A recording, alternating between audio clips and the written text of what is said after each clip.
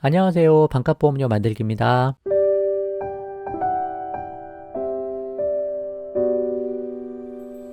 오늘은 실비 가입 시 꼭 알아야 할 필수 정보에 대해서 이야기 좀 해보도록 하겠습니다.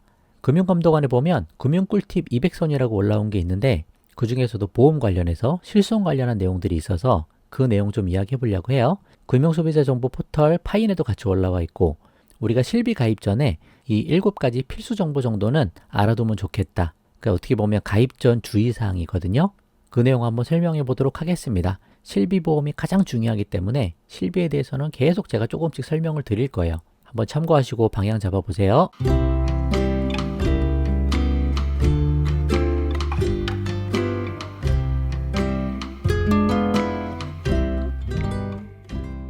자, 첫 번째는 뭐냐면요.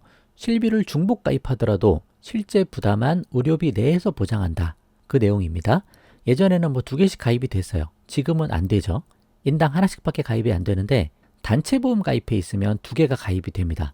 회사에서 가입해주는 단체 보험 하나, 그리고 개인이 가입하는 개인 실손 하나, 그렇게 2개 가입할 수는 있죠. 그래서 이 정도는 아셔야 되는 게 2개 이상 가입하더라도 가입자가 실제 부담한 의료비만을 보장한다. 초과 보상은 안 된다. 그 내용만 좀 알고 계시면 되세요.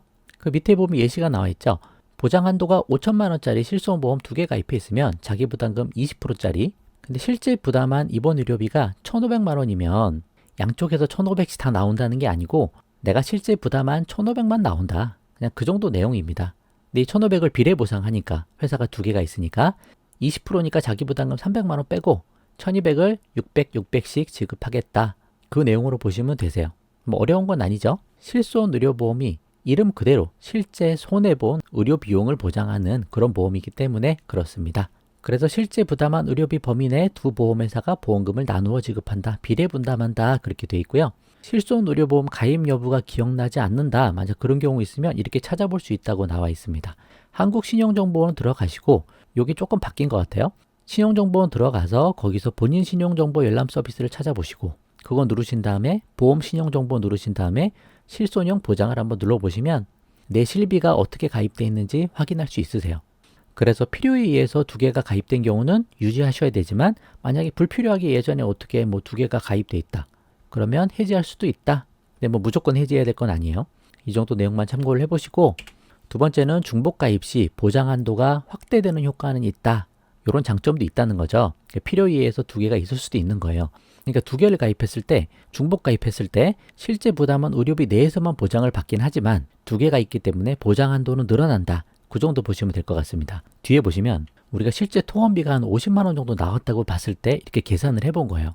실비를 하나만 가입한 A씨가 통원 한도가 30만 원이면 내가 실제 병원비가 통원으로 50만 원이 나와도 30만 원밖에 지급이 안 되는 거죠.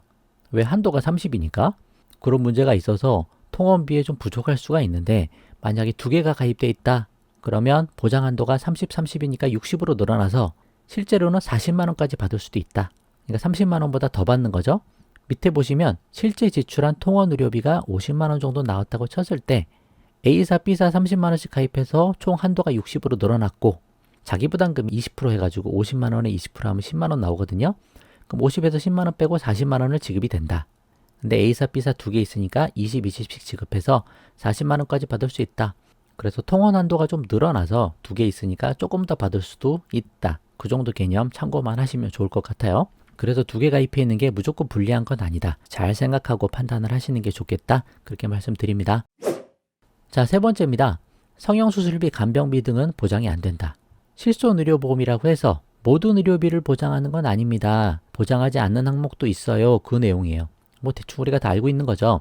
보장하지 않는 항목들이 뭐가 있냐면 성형수술과 같이 외모 개선 목적의 의료비 이런 거 안 된다. 그리고 간병비, 건강검진, 예방접종 이런 거 안 된다. 그 내용이고요.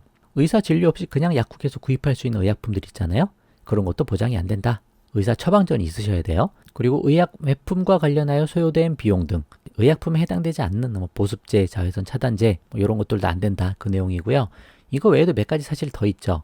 뭐 예전에 설명드렸던 임의 비급여 항목들, 뭐 국가나 심평원에서 인정받지 못한 항목들 있잖아요. 그런 치료나 그런 약제나 그런 것들 당연히 보장이 안 되고 임신이나 출산하는 것도 그게 꼭 질병이나 상해로 인해서 간다라고 볼 수는 없으니까 그 부분도 보장은 안 되는 걸로 돼 있다.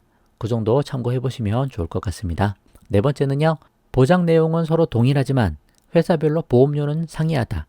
밑에 보시면 실손보험은 어느 보험회사에서 가입하든지 보장 내용이 같아요 라고 되어 있습니다.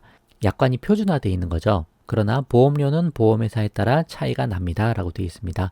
그래서 가입 전에 자신에게 적용될 보험료를 회사별로 비교해 보세요 라고 되어 있고, 파인 통해서 들어가도 되고 보험담화로 바로 들어가셔도 됩니다.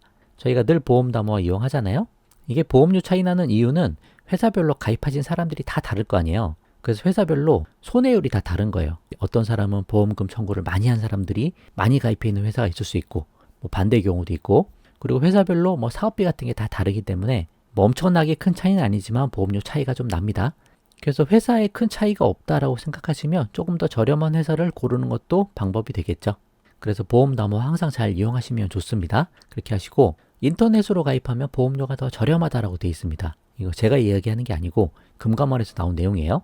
보험담화 또는 보험회사 홈페이지 등 온라인 가입하면 더 저렴하다. 당연하죠. 설계사나 뭐 대면 채널 통해서 가입할 때는 모집 수수료 등이 들어가니까 당연히 더 저렴할 수밖에 없다. 그 내용을 이야기하고 있습니다. 보험담화 잘 이용하시고, 실손보험만 단독으로 이제 보험담화 통해서 온라인으로 가입할 수 있다. 그 채널이 있다는 거 꼭 알고 계세요.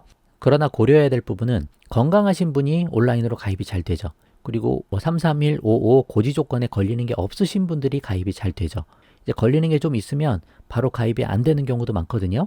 아니면 회사에 따라 서류 제출을 하라는 것도 있고, 아니면 설계사를 연결해 주는 것도 있고, 뭐 다 다른데 아무것도 걸리는 게 없으면 잘 가입됩니다. 그럼 매우 편하게 가입할 수 있죠. 또 요즘에 뭐 설계사 만나서 대면으로 가입하게 되면 뭐 다른 상품 하나 더 가입해라 뭐 그런 이야기들도 있잖아요. 그거에 반해서 온라인으로 가입하면 실비만 딱 가입할 수 있으니까 그런 장점들이 또 있는 거죠.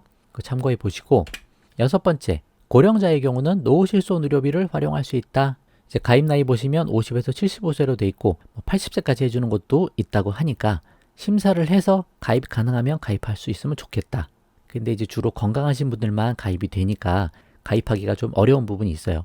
또 건강검진을 받아라. 그 건강검진 결과를 보고 가입해 주겠다. 그런 것들도 많고, 그 신규 가입이 약간 어려울 수는 있어도 또 그런 부분은 있습니다. 기존에 실손 가입하신 분이 나중에 노후실손으로 전환하시는 거죠.